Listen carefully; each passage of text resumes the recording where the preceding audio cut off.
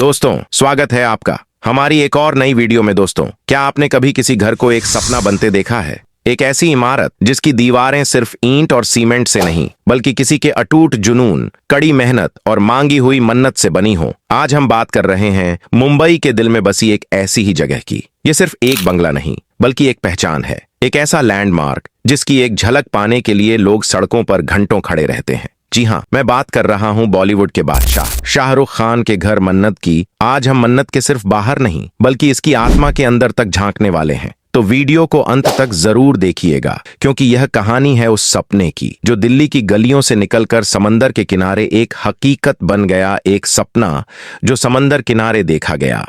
मन्नत की कहानी वहां से शुरू होती है जब शाहरुख खान नाम का एक नौजवान अपनी आंखों में सितारे लिए सपनों की नगरी मुंबई आया था।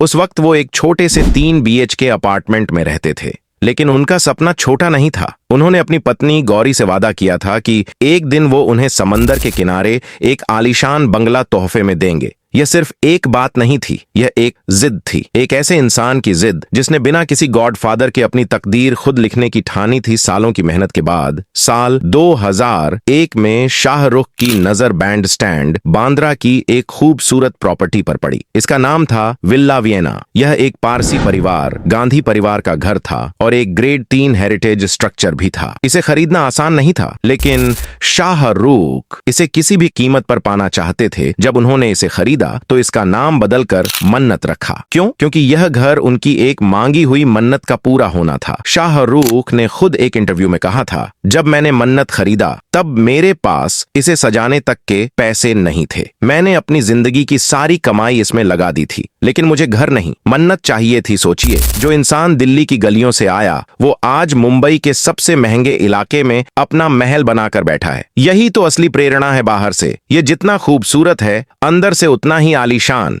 ये सिर्फ एक बंगला नहीं, एक 6 मंजिला महल है जिसे खुद गौरी खान ने डिजाइन किया है।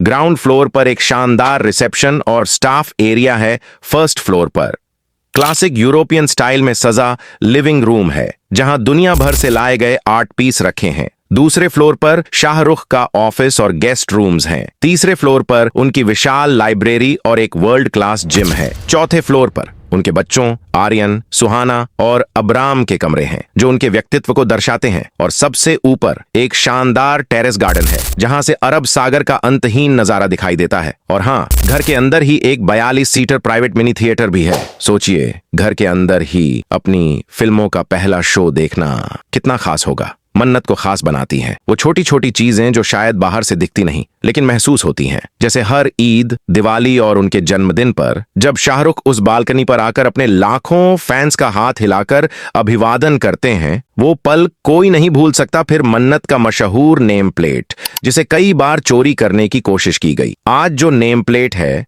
उसे गौरी खान ने खुद डिजाइन किया है और यह इतना मजबूत है कि कोई इसे हिला भी ना पाए। मुंबई आने वाला हर टूरिस्ट, चाहे ताजमहल देखे या ना देखे, मन्नत के बाहर एक तस्वीर जरूर खिंचवाता है। यह अब एक टूरिस्ट स्पॉट बन चुका है।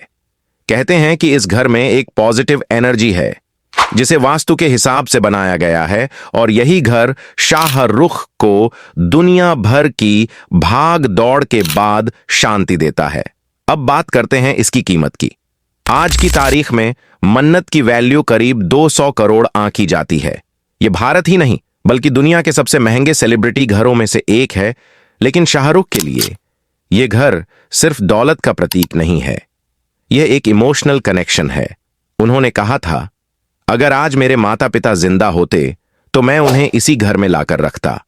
यह घर सिर्फ पत्थर और दीवारों से नहीं बना, यह उस बच्चे के ख्वाब से बना है जो कभी दिल्ली की गलियों में चला करता था।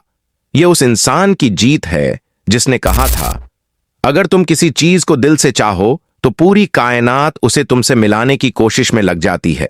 मन्नत इसी बात का जीता जागता सबूत है। दोस्तों, मन्नत सिर्फ एक घर नहीं है, यह एक आइडिया है, एक विश्वास है कि अगर मेहनत और लगन से काम करो तो सपने सच होते हैं।